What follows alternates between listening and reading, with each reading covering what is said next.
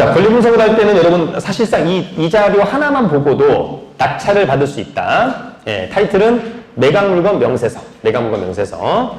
이 매각물건 명세서는 이제 실제적으로는 매각기일이 일주일 안에 남았을 때 볼 수 있는 거죠. 그럼 아까 이 사건 매각기일이 9월 13일인데 일주일이 더 남았는데 이게 어떻게 보이냐. 이거는 신건에서 낙찰됐을 때, 신건에서 입찰할 때 그때 나왔던 매각물건 명세서를 유효정보 사이트가 가지고 있는 것을 제가 인쇄한 거니까. 그러나 매각물건 명세서는 사실 잘 안 바뀝니다. 거의 바뀌지 않는다. 예, 거의 99.9% 바뀌지 않는다라고 보시면 됩니다. 먼저 여러분 왼쪽에 사건 번호. 사건 번호는 두 개가 있는 거죠. 2017 타경 514519 부동산 강제 경매 있었고 2018 타경 14344 중복 경매가 있었다. 중복 경매와 이중 경매라고 하는 말은 동의어입니다, 여러분. 이중 경매와 중복 경매는 자, 동의어다. 만약에 이제 여러분의 아파트가 있는데 제가 여러분한테 판결문 1억짜리 받았어요. 예, 그래서 제가 여러분한테 1억짜리 판결문 받은 가지고 여러분의 뭐 대치동의 음마아파트 경매를 집어넣었다. 근데 또 여러분이 국민은행한테 대출 이자를 안 갚으니까 국민은행이 또 그 아파트에 대해서 또 경매를 집어넣었다. 그죠?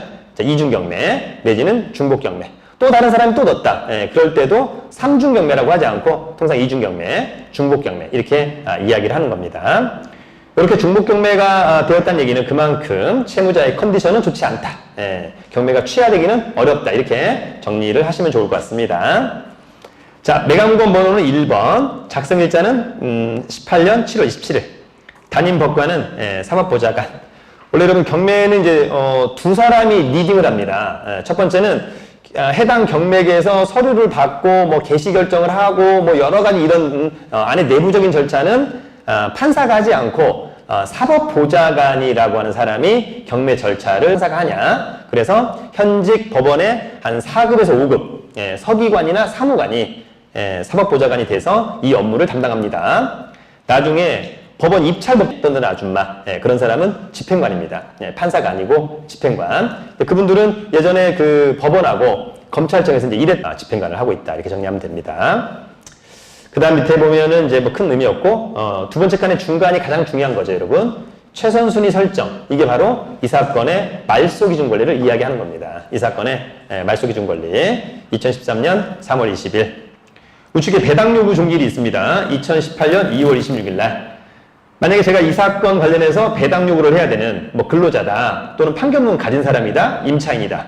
지금에 와서 배당 요구를 하고 싶다. 안 되는 거죠. 날짜를 이미 놓쳤습니다. 2018년 2월 26일이었기 때문에 불가능.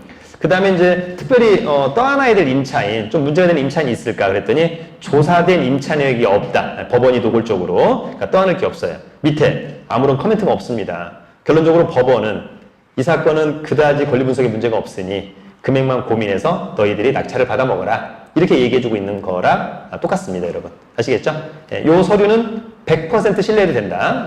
법원이 만든 자료이기 때문에 100% 신뢰하시면 될 것 같고, 요걸 신뢰해서 낙찰을 받았는데 나중에 어떤 좀 중대한 하자가 생겼다. 그러면 법원에 컴플레인 하시면 그것이 받아들여진다. 이렇게 정리하시면 합리적일 것 같습니다.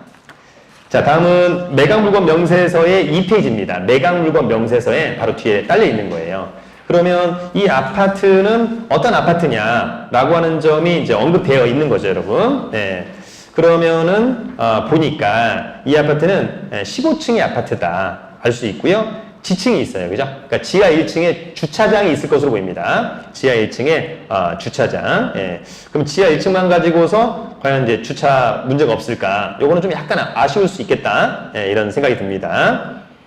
그 다음에 이제 사실 여기서 이제 중요한 것은 맨 오른쪽 하단에 요거 2018년 8월 10일 날 입찰하고 유찰되면 또 언제 하지? 4회에 걸친 입찰 기일. 동의어로 매각기일이 언급되어 있습니다, 여러분. 그래서 요번에 1억 7,700에 유찰되면 다음엔 언제 할까? 그러면 다음에는 10월 30일 날 합니다, 여러분. 10월 30일. 이렇게 놓고 보면 사실은 1회에서 2회가 될 때는 33일 만에 했는데 요번 10월 30일이 돼버리면은 47일 만에 하게 되는 거죠.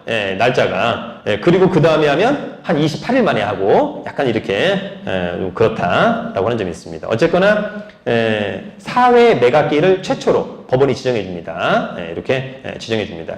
이렇게 사실은 이제 사회 매각기일을 처음에 이렇게 지정하는 이유는 요 매각기일을 2회 단계인들한테 통지하게 돼 있어요. 근데 여러분 만약에 1회 것만 통지를 해줘. 그럼 또 어차피 유찰될 거잖아요? 그럼 또 통지해야 돼. 근데 또 통지, 1억 실질적이 또 안 돼. 그럼 또 통지해야 돼. 귀찮잖아요. 그래서 한 방에 사회 매각기일을 통지한다. 한 방에 사회 매각기일을 통지한다. 이렇게 정리하면 됩니다.